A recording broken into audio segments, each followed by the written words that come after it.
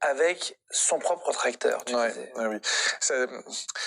Ce sont des accidents qui montrent que la mort peut vraiment survenir en un claquement de doigts. C'était un agriculteur qui était en train de déblayer en fait des amas de choses qui étaient sous son tracteur qu'il avait laissé en marche.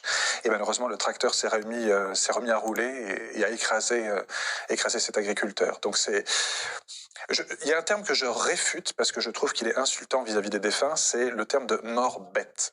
Et ça, il n'y a pas de mort bête. Il y a des morts qui sont évitables, malheureusement, accidentelles aussi. Mort bête, je trouve que c'est insultant. Ça n'en est pas une, surtout pas. Mais je trouve que c'est insultant pour le défunt. Et tu comprends que pour moi, le respect au défunt est quelque chose qui est viscéral. J'imagine. C'est les chiffres. Hein. Il faut savoir que les accidents... Est-ce qu'on parle d'un accident domestique quand c'est un tracteur, quand c'est un accident professionnel? Professionnel. Accident du travail, si tu veux. Mais alors, donc, nous, on a pris accident domestique sur les chiffres, juste pour vous donner, en fait, c'est énorme. C'est la 4e cause de mortalité en France, accident domestique. Donc, accident domestique, ça peut être quelqu'un qui va tomber dans l'escalier, par exemple, chez lui. C'est 20 000 morts par an en France encore aujourd'hui. Et surtout les enfants. Surtout les enfants. C'est une cause de mort prépondérante chez les enfants, les accidents domestiques. L'eau bouillante, par exemple, les enfants qui